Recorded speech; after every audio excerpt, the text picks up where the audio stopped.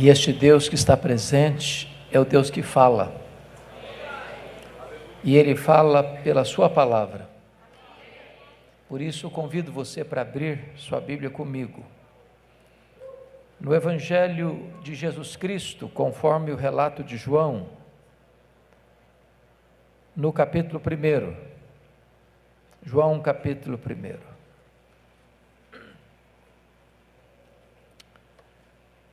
Quando me aproximei do púlpito,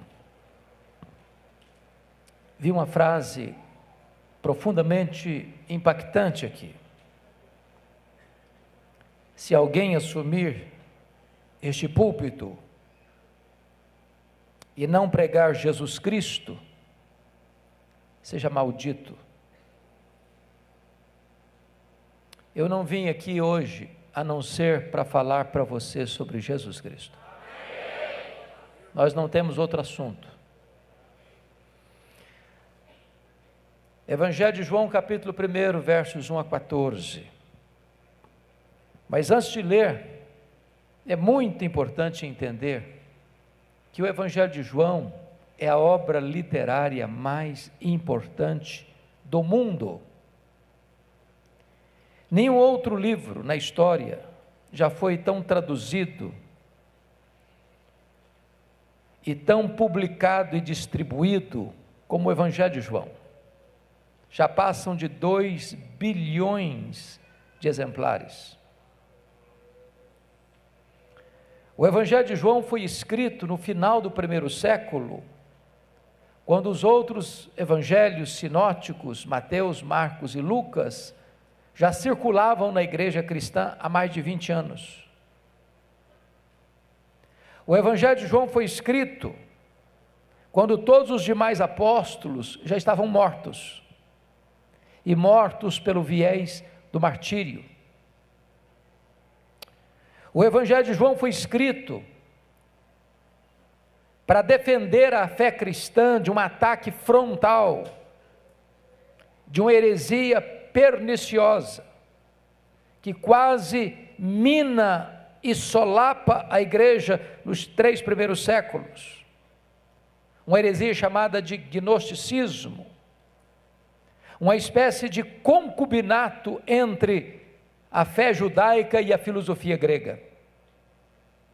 Vocês sabem que desde que Alexandre o Grande dominou o mundo, é que o mundo foi helenizado. O pensamento, a cultura, a filosofia grega se espalhou. A língua grega tornou-se universal. E mesmo mais tarde, quando o Império Romano dominou o mundo, não dominou as ideias gregas. Ficou de cócoras diante das ideias gregas. E vocês sabem que os gregos acreditavam no chamado dualismo: matéria má, espírito bom. Por causa desse pensamento, os gregos não acreditavam em 3 doutrinas essenciais do cristianismo: a criação, a encarnação e a ressurreição. Então os gregos negavam a divindade de Cristo. Por quê? Pensavam eles: se ele tem um corpo, e o corpo é material, físico, e a matéria é má, então não pode ser Deus. Porque se ele tem um corpo, e o corpo que é matéria, a matéria é má, ele não pode ser bom. Se ele não pode ser bom, ele não pode ser Deus. E então estavam negando a divindade de Cristo. E João escreve este evangelho para provar uma tese. Qual tese? A tese de que Jesus Cristo é verdadeiramente Deus, sem deixar de ser verdadeiramente homem. Então, João acende as luzes do palco, abre as cortinas da eternidade e revela-nos o nosso glorioso Redentor assim: no princípio era o Verbo, e o Verbo estava com Deus, e o Verbo era Deus. Ele estava no princípio com Deus. Todas as coisas foram feitas por intermédio dele, e sem ele nada do que foi feito se fez. A vida estava nele, e a vida era a luz dos homens. A luz resplandece nas trevas, e as trevas não prevaleceram contra ela. Houve um homem enviado por Deus, cujo nome era João. Este veio como testemunha para testificar da luz, a fim de todos virem a crer por intermédio dele. Ele não era luz, mas veio para testificar da luz, a saber, a verdadeira luz que vinda ao mundo ilumina a todo homem. O Verbo estava no mundo. O mundo foi feito por intermédio dele, mas o mundo não o conheceu. Veio para o que era seu e os seus não o receberam. Mas a todos quantos o receberam, deu-lhes o poder de serem feitos filhos de Deus, a saber, aos que creem no seu nome, os quais não nasceram do sangue, nem da vontade da carne, nem da vontade do homem, mas de Deus. E o Verbo se fez carne e habitou entre nós, cheio de graça e de verdade, e vimos a sua glória, glória como do unigênito do Pai. Então, João está abrindo as cortinas para nos apresentar o nosso glorioso Redentor. E ele quase nos tira o fôlego na primeira afirmação. No princípio era o Verbo. Vocês que devem ter uma noção melhor do que a minha da língua portuguesa, percebem aí que o verbo ser não está no pretérito perfeito. Ele não diz no princípio foi o verbo, mas está no pretérito imperfeito. No princípio era o verbo. Isso significa que quando tudo teve um princípio, o verbo já existia. O verbo preexiste ao começo. Ele existe antes de todas as coisas. Isso nos remete para Gênesis 1:1, no princípio criou Deus os céus e a terra. Os céus e a terra tiveram um princípio, tiveram um começo, mas quando tudo começou, o verbo já existia. Ele preexiste ao tempo, ele preexiste à história, ele preexiste ao começo, ele é eterno. E eternidade é um atributo exclusivo de Deus. Eu confesso para vocês que nós entendemos tempo, mas nós não entendemos eternidade. Eu explico. Um pensador grego chamado Aristóteles escreveu um livro difícil de ler, importante de ser lido, As Categorias de Aristóteles. E ele diz que você e eu só entendemos as coisas dentro de categorias humanas, de tempo, de espaço, de tamanho. Eu entendo tempo, eternidade não, e eu explico. Se eu perguntar para você, se você tirar um dia de 1 milhão de anos, você não tem 1 milhão de anos mais, certo? Óbvio, claro. Mas se eu lhe perguntar, se você tirar 1 milhão de anos da eternidade, quanto lhe resta? A eternidade. E se eu tirar da eternidade 1 bilhão de anos, quanto sobra? A eternidade. E se for 1 trilhão de anos, quanto sobra? A eternidade. Logo, eternidade não é tempo. Logo, você e eu não entendemos bem o que é eternidade. Sabem por quê? Porque eternidade é um atributo exclusivo de Deus. O verbo é eterno. João prossegue e diz, e o verbo estava com Deus. Essa expressão na língua grega, pros tonteon, significa face a face com Deus. Se Deus é uma pessoa e Deus é, e se o verbo estava face a face com Deus, logo o verbo não é um ser impessoal, como pensavam os gregos. Ele é um ser pessoal. Pessoal. Na verdade, ele é coigual, ele é coeterno, ele é consubstancial com o Pai, ele é Deus de Deus e luz de luz. Ele estava não abaixo, não acima, ele estava face a face com Deus, o verbo estava com Deus. Mas finalmente João diz assim, e o verbo era Deus. Não um ser inferior a Deus, como pensava Ário de Alexandria, não um ser superior aos anjos apenas, mas um ser da mesma essência de Deus, da mesma substância de Deus, tendo os mesmos atributos de Deus e realizando as mesmas obras de Deus. Então eu preciso concordar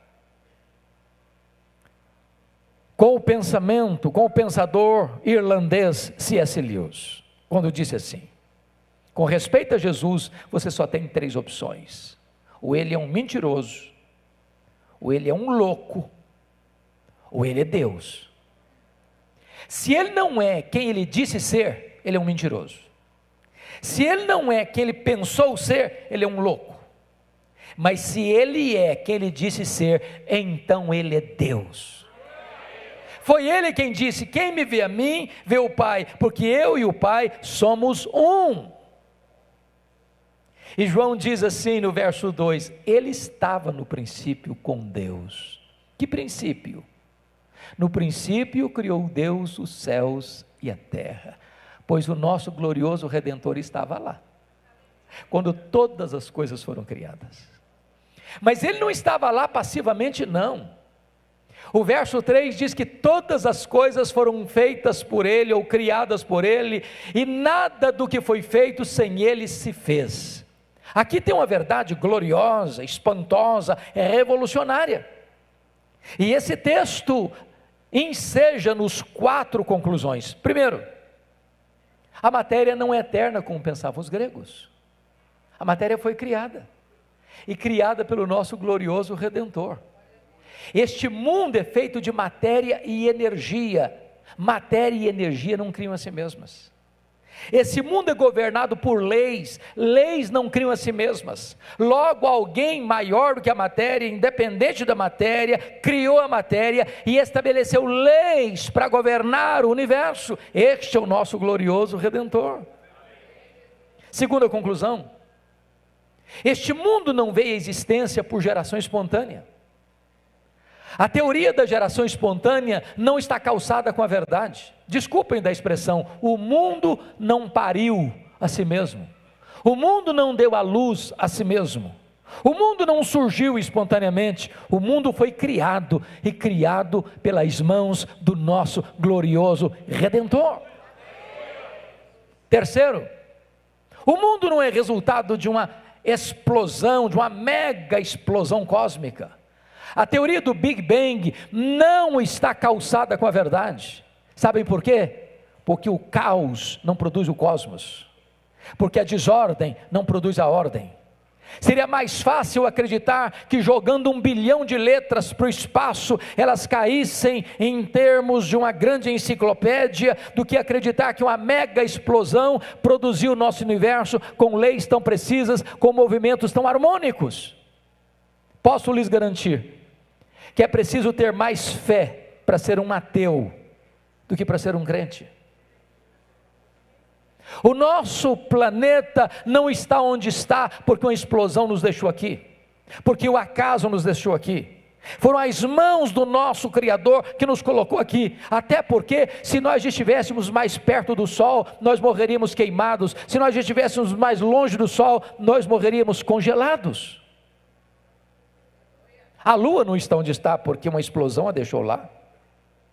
Vocês sabem que a Lua é a faxineira do planeta Terra. Não houver a Lua, não haveria vida no nosso planeta. Vocês sabem que as fases da Lua são responsáveis pelas marés, e se não fossem as marés, as nossas praias se encheriam de lixo, e a vida seria impossível no nosso planeta. Não foi o acaso que colocou a Lua onde ela está, foram as mãos do nosso glorioso Redentor.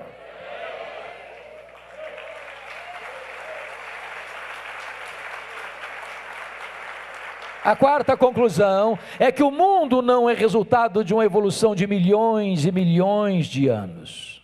Vocês têm ciência de que no ano de 1859, em Londres, na Inglaterra, Charles Darwin publicava o seu livro A Origem das Espécies. No dia do lançamento esgotou-se a primeira edição do livro. De lá para cá, essa chamada teoria da evolução tem sido ensinada nas escolas e universidades como uma verdade científica, mas falta-lhe a evidência das provas. Mas hoje, Curiosamente, nos meios acadêmicos e até em alguns seminários teológicos, tenta-se fazer um casamento espúrio entre Darwin e Cristo. Uma nova ideia, sutil, perigosa, uma teoria nova chamada de evolucionismo teísta. O que é isso?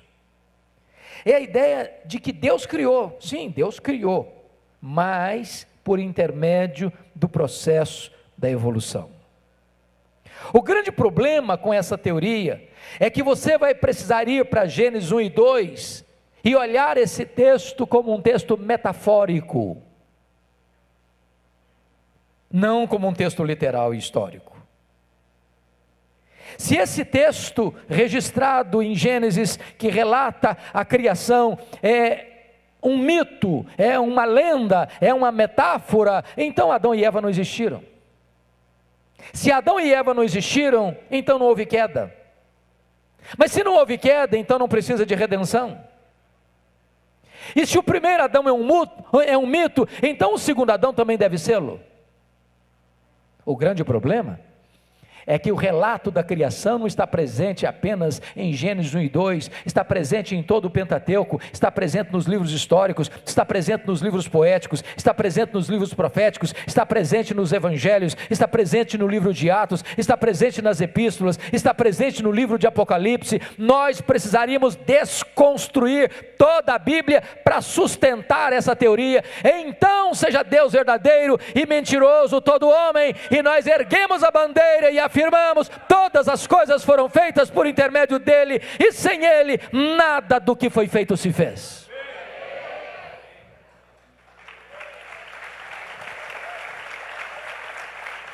Mas uma pergunta se faz necessária: quão grande é esse universo que surgiu das mãos do nosso glorioso Redentor?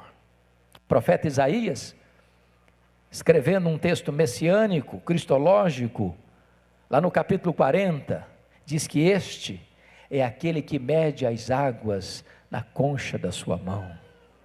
Pense comigo no Pacífico, no Atlântico, no Índico, no Mediterrâneo. Tente aqui no Atlântico esvaziá-lo com um baldinho. Veja quanto tempo você vai levar. Pois ele mede as águas na concha da sua mão. Ele pesa o pó das montanhas em balança de precisão. Ele mede os céus a palmos. Ele espalha as estrelas no firmamento, e por ser forte em força e grande em poder, quando as chama, nenhuma delas vem a faltar. Ele olha para as grandes nações da terra, as grandes potências econômicas e militares, e considera todas elas como um pingo que cai de um balde, como um pó numa balança de precisão, como um vácuo, como nada, como menos do que nada, pois este é o seu glorioso Redentor. Se você perguntar para um astrônomo assim: qual é o tamanho deste universo que o nosso glorioso Redentor mediu a palmos? Sabe qual é a resposta dele? Eu não sei. Mas quando ele diz eu não sei, ele não está confessando uma ignorância absoluta, não.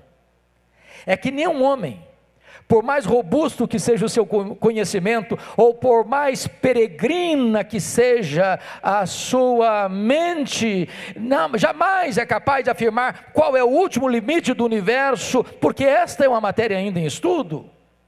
Mas eu posso lhes garantir que o universo tem um limite, porque ilimitado só Deus o é. Porém, o que os cientistas já sabem e afirmam é que o nosso universo tem em torno de 93 bilhões de anos-luz de diâmetro. O que significa isso? Significa que se você voar a velocidade da luz, 300 mil quilômetros por segundo, nessa velocidade, você demoraria mais de 93 bilhões de anos para ir de uma extremidade à outra do universo. Pois não há um centímetro desse universo onde Jesus não possa dizer: isso aqui é meu, eu criei isso aqui, sou dono disso aqui, sou Senhor sobre isso aqui. Este é o seu glorioso Redentor. Pergunte para um astrônomo quantas estrelas existem. Sabe qual é a resposta dele? Eu não sei. Mas o que eles já sabem é que há mais estrelas no firmamento do que todos os grãos de areia de todas as praias e desertos do nosso planeta. Vá um dia à praia, encha a concha da sua mão de areia, leve para casa e bote numa tábua de vidro, conte quantos grãos de areia você consegue colocar na concha da sua mão, pois há mais estrelas no firmamento que todos os grãos de areia de todas as praias e desertos do nosso planeta. Mas o seu glorioso Redentor não apenas criou todas elas, Ele batizou cada uma delas pelo nome. Ele conhece cada uma delas pelo nome, e por ser forte em força e grande em poder, quando as chama, nenhuma delas vem a faltar. Este é o seu glorioso Redentor. Todas as coisas foram feitas por intermédio dele, e sem ele nada do que foi feito se fez. Do século 20 para cá, nós não estamos pasmos mais com o macro-universo, não. Nós estamos boquiabertos com o micro-universo. Se eu pudesse arrancar uma dessas folhas finas e delgadas, diria para vocês que uma folha dessa é muito mais complexa do que a cidade de Marília. Dr. John Wilson, uma das maiores autoridades em oftalmologia do mundo, nos catedráticos de Harvard, diz que você e eu temos em torno de 2 milhões de fios duplos encapados em cada um dos nossos olhos, e se não for assim, haveria um curto-circuito e nós ficaríamos cegos. Se você chegar em casa hoje e pegar uma gema, um ovo na geladeira e quebrá-lo numa frigideira, aquela gema é mais complexa do que qualquer máquina que o homem jamais inventou. Dr. Marshall Nirenberg, prêmio Nobel de Biologia, fez uma das mais fantásticas descobertas no século passado. Ele descobriu que você e eu somos um ser programado geneticamente, computadorizadamente programados. Ele descobriu mais. Ele descobriu que você e eu temos mais de 60 trilhões de células no nosso corpo. Descobriu mais, que cada uma dessas células tem 1,70 m de fita DNA, onde estão gravados e computadorizados todos os seus dados genéticos, a cor da sua pele, a cor dos seus olhos, o seu temperamento. Se você espichar a fita DNA do seu corpo, você tem 102 trilhões de metros de fita DNA no seu corpo, você tem 102 bilhões de quilômetros de fita DNA no seu corpo, daria para dar diversas voltas no sistema planetário. O Dr. Lowe vai dizer que códigos de vida não se originam espontaneamente, não se originam de uma explosão, não se originam de uma evolução de milhões e milhões de anos. Códigos de vida foram plantados em você pelo Deus Todo-Poderoso, Criador dos céus e da terra, e este é o nosso glorioso Redentor. Todas as coisas foram feitas por intermédio dele, e sem ele nada do que foi feito se fez. João vai para o verso 4 e quase nos tira o fôlego de novo, quando ele diz assim: a vida estava nele, e a vida era a luz dos homens. Sabe o que significa isso? Todos os seres que existem, anjos, homens, animais, só têm vida, porque receberam vida dele. Dele. Ele, entretanto, é autoexistente. Ele não deriva sua vida de ninguém, ele é a fonte da vida. Alguém pergunta: quem criou Deus? Resposta: ninguém. Ninguém, ele não foi criado, ele é o Criador. Alguém pergunta assim: mas quando ele passou a existir? Não, ele não passou a existir, ele é o Pai da eternidade. Eu quero dizer para você que se você veio aqui hoje, e você veio, é óbvio, se o seu coração está batendo, e é claro que está, é porque Ele preserva a sua vida, porque nele vivemos, nos movemos e existimos. Ele é a fonte da vida.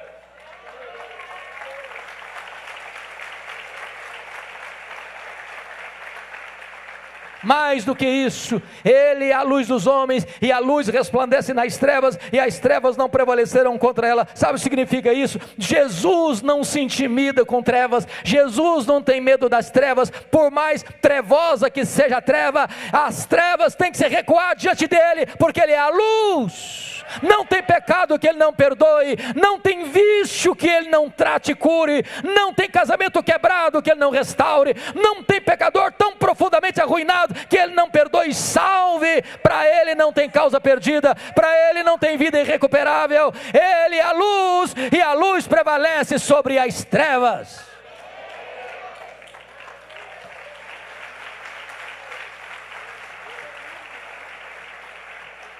A partir daqui, meus irmãos, João vai abordar um outro aspecto do texto, revelando para nós 3 reações ao verbo de Deus.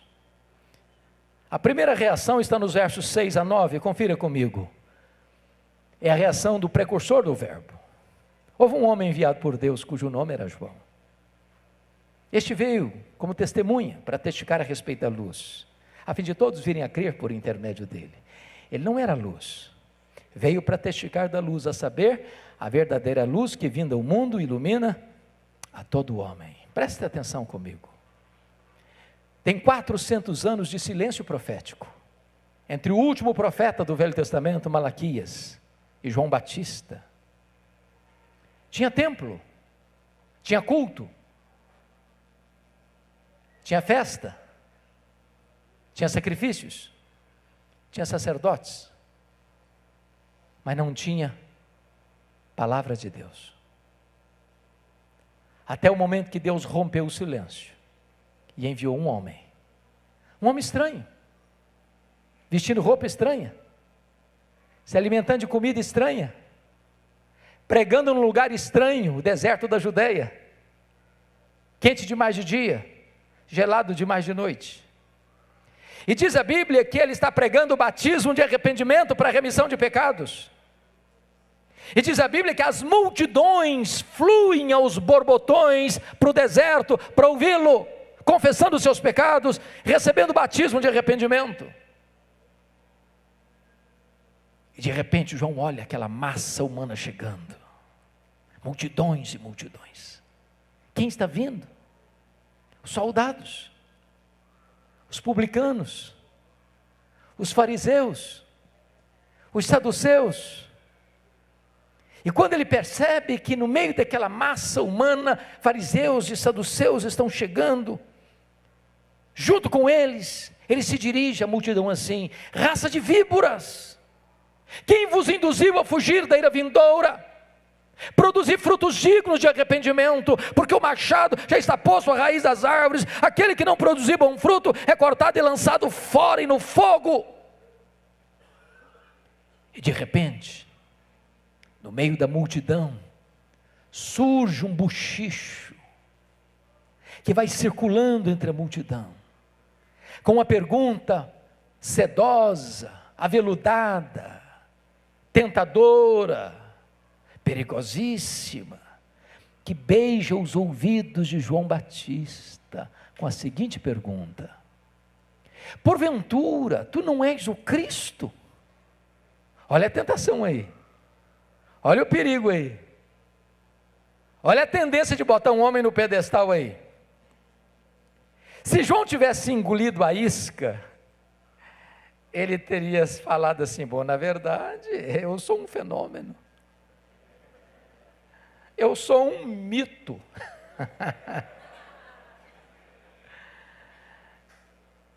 Olha aí, tem 400 anos que nunca ninguém viu o que está acontecendo. Olha, porque eu sou muito importante. De fato, eu acho que eu sou o Messias mesmo. Eu acho que eu sou o Cristo mesmo. Mas ele não engoliu a isca, não. Ele foi categórico. Ele diz: eu não sou o Cristo.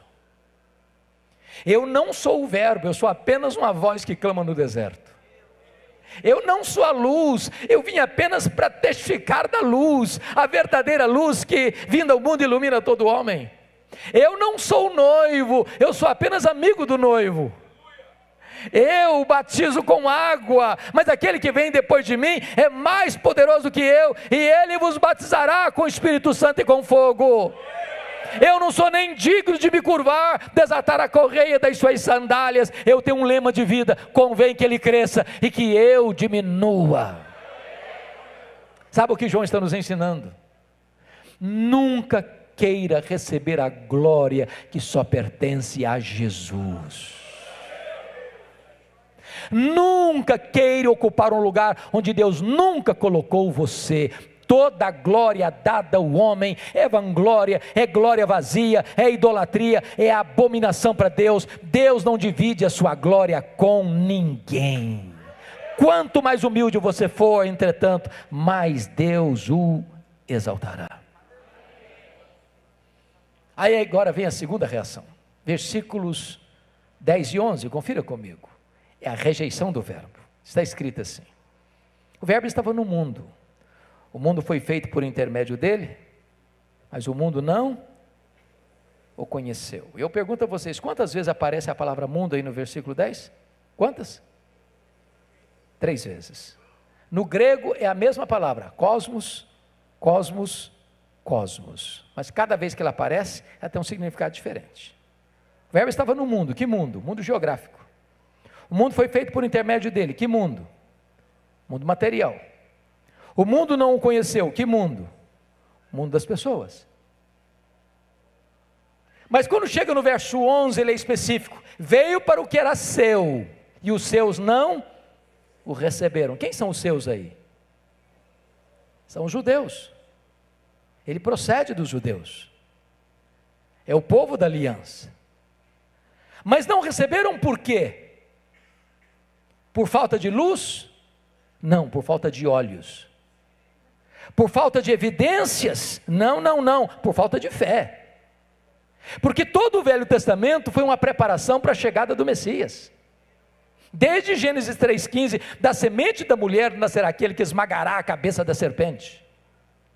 Os patriarcas apontaram para ele, os profetas descreveram a ele. Ele era simbolizado pelo cordeiro da Páscoa, ele era simbolizado pelo tabernáculo, ele era simbolizado pela arca da aliança, ele era simbolizado por aquilo que estava dentro da arca, o vaso com maná, a vara seca de Arão que floresceu e as tábuas da lei. Ele era simbolizado pela tampa da arca, o propiciatório. Ele era simbolizado pelas festas de Israel, ele era simbolizado pelos sacrifícios do templo, ele era simbolizado pelo sábado. Tudo era sombra da realidade que é ele, e que diz a Bíblia, na plenitude dos tempos ele veio, nascido de mulher, nascido sob a lei, para ser o nosso Redentor. Ele andou entre nós, fazendo as obras de Deus. Os cegos viram, os surdos ouviram, os mudos falaram, os coxos andaram, os leprosos foram purificados, os mortos ressuscitaram, e ele foi à cruz, e ele morreu por nós, e ele ressuscitou, e ele voltou para o céu, e ele derramou o Espírito Santo, e ele está sentado no trono, e ele governa as nações, e ele vai voltar fisicamente, pessoalmente, visivelmente, inesperadamente, repentinamente, inescapavelmente, gloriosamente, vitoriosamente, mas os seus não o receberam.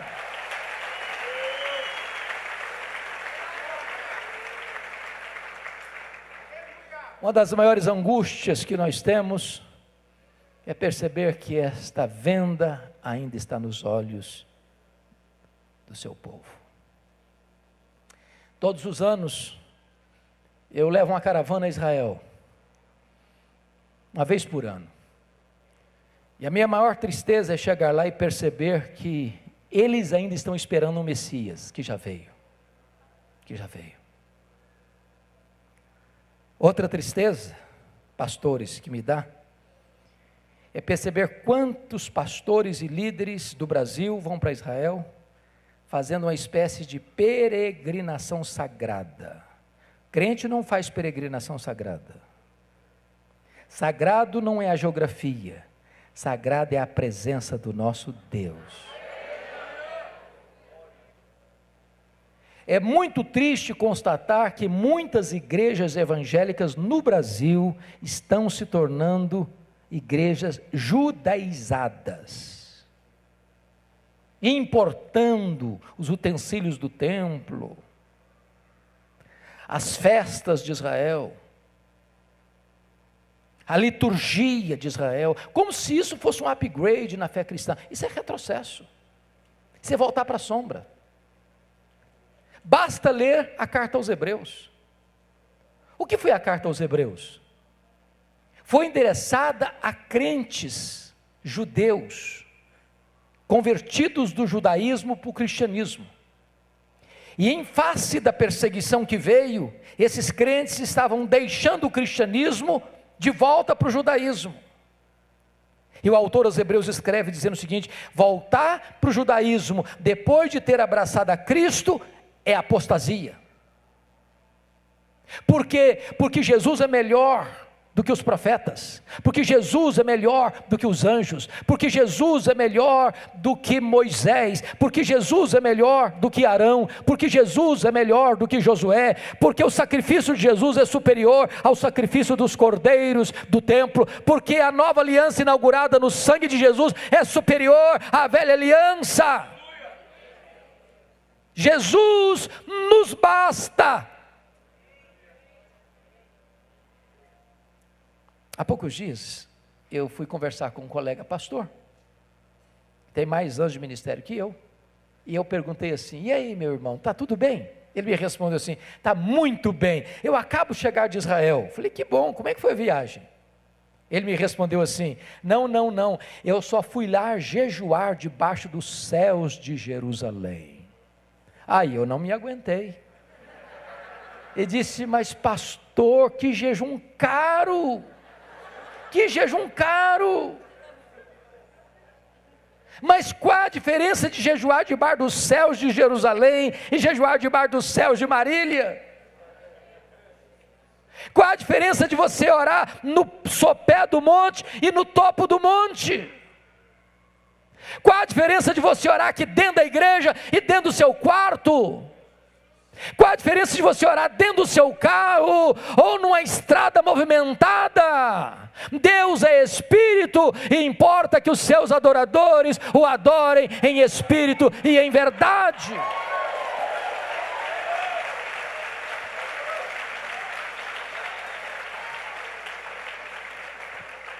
Mas agora então vem a última reação, é a aceitação do verbo. Confiram comigo, versos 12 e 13.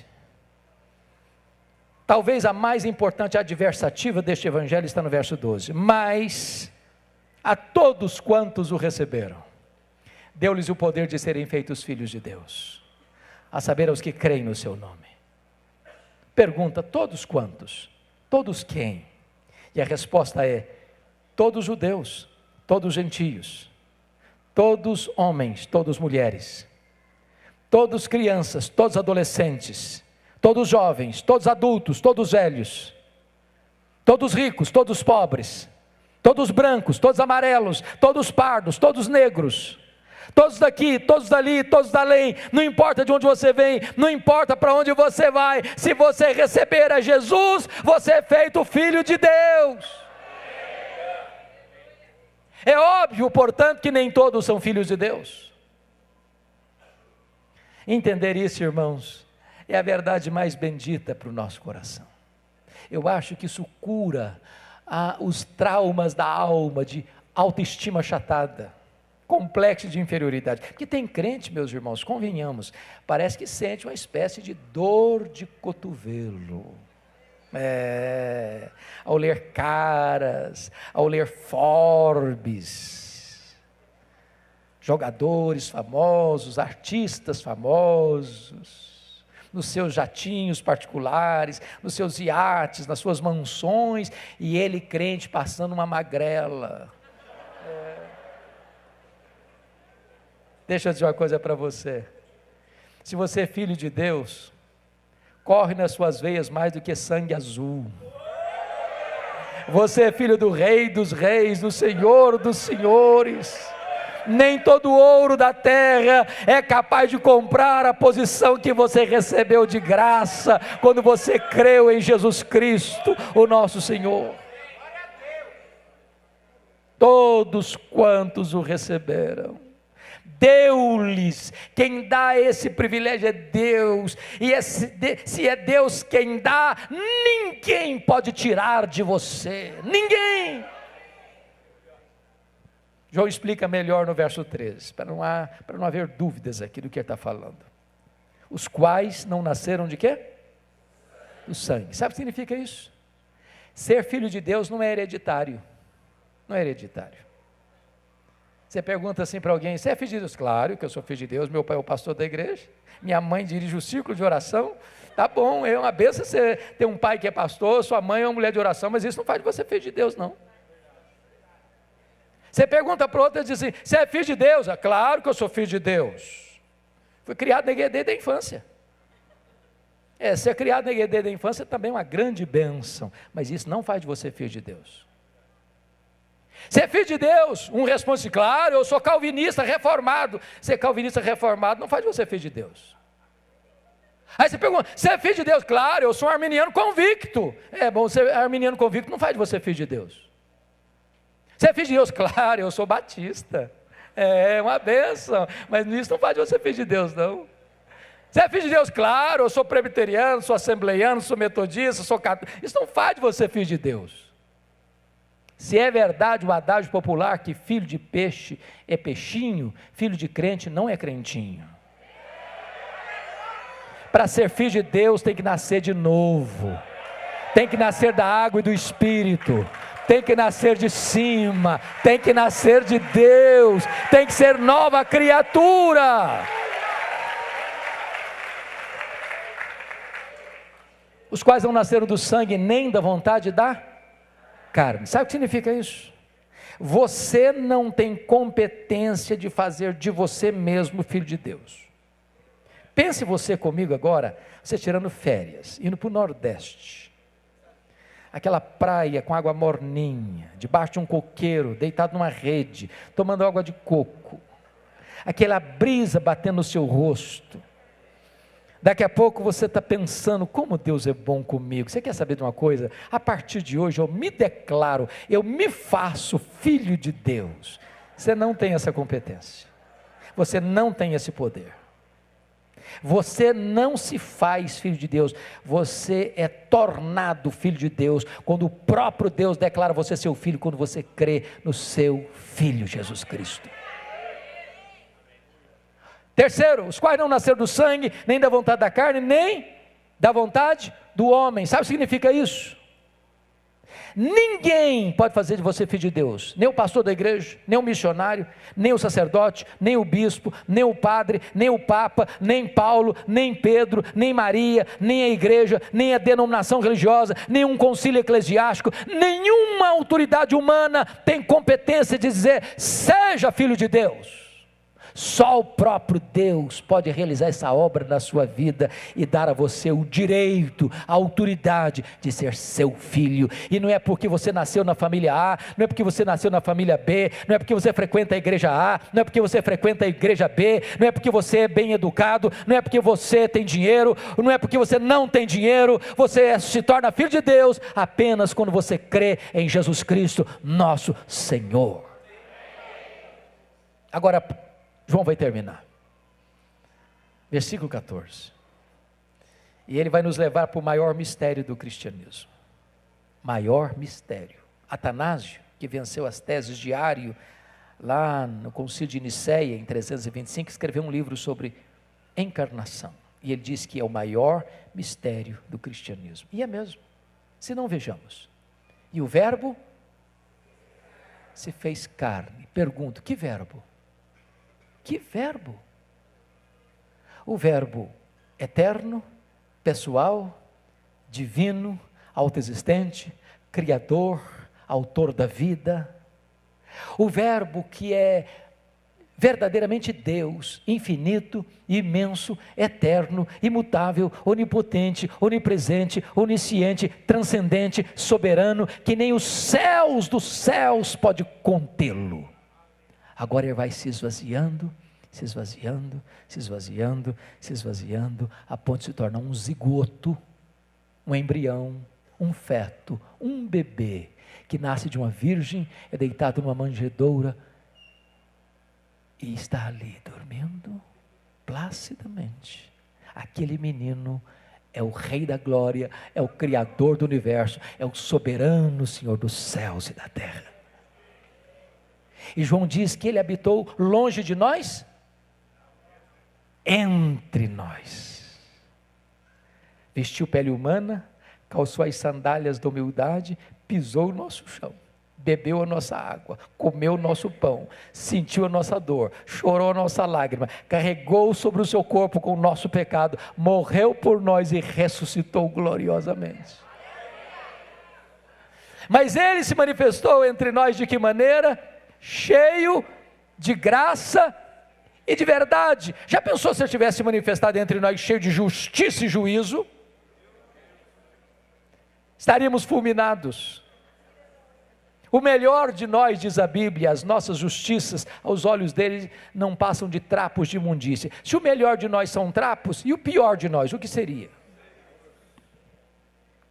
Mas ele chegou cheio de graça, pegou a gente machucado, ferido, doente, depravado, contaminado, arruinado. Ele chegou e viu a gente morto, e ele nos deu vida, e ele nos lavou, e ele nos limpou, nos purificou, nos transformou, nos restaurou, nos adotou e nos fez membros da família de Deus.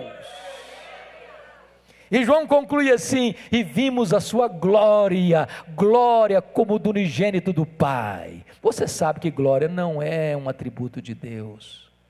Glória é a somatória de todos os atributos de Deus, no seu resplendor máximo.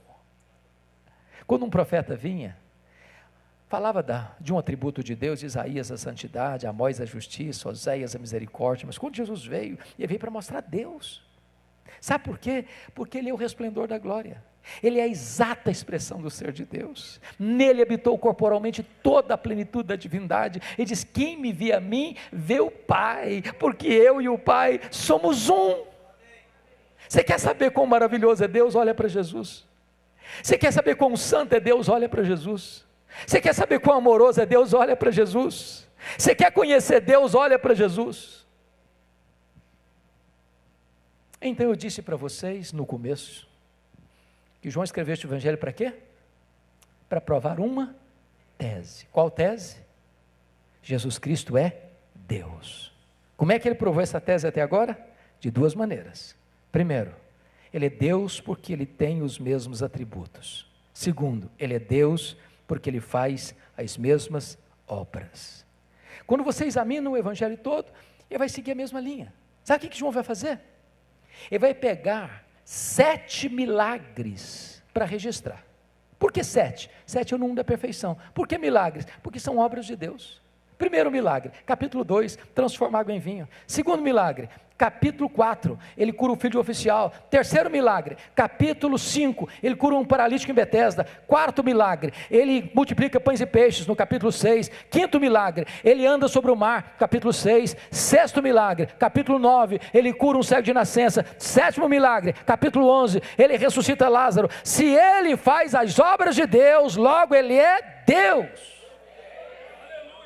Mas João vai provar também que ele é Deus porque ele tem os mesmos atributos. O que João vai fazer? Ele vai pegar João 8,58, antes que Abraão existisse, eu sou, é o nome de Deus no Velho Testamento, revelado a Moisés.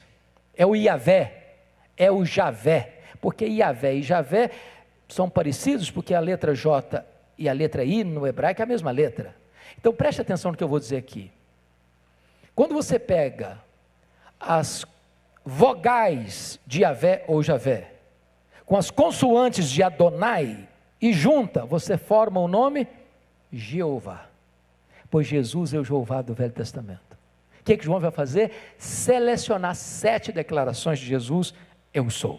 Primeira declaração, João 6,35, eu sou o pão da vida. Segunda declaração, João 8,12, eu sou a luz do mundo. Terceira declaração, João 10,9, eu sou a porta. Quarta declaração, João 10,11, eu sou o bom pastor. Quinta declaração, João 11,25, eu sou a ressurreição e a vida. Sexta declaração, João 14,6, eu sou o caminho e a verdade e a vida. Sétima declaração, eu sou a videira verdadeira e o meu pai o agricultor. Se ele tem os mesmos atributos de Deus, logo ele é Deus. Está provada a tese de João. Mas para encerrar, uma coisa me intriga demais. Sabe o que me intriga?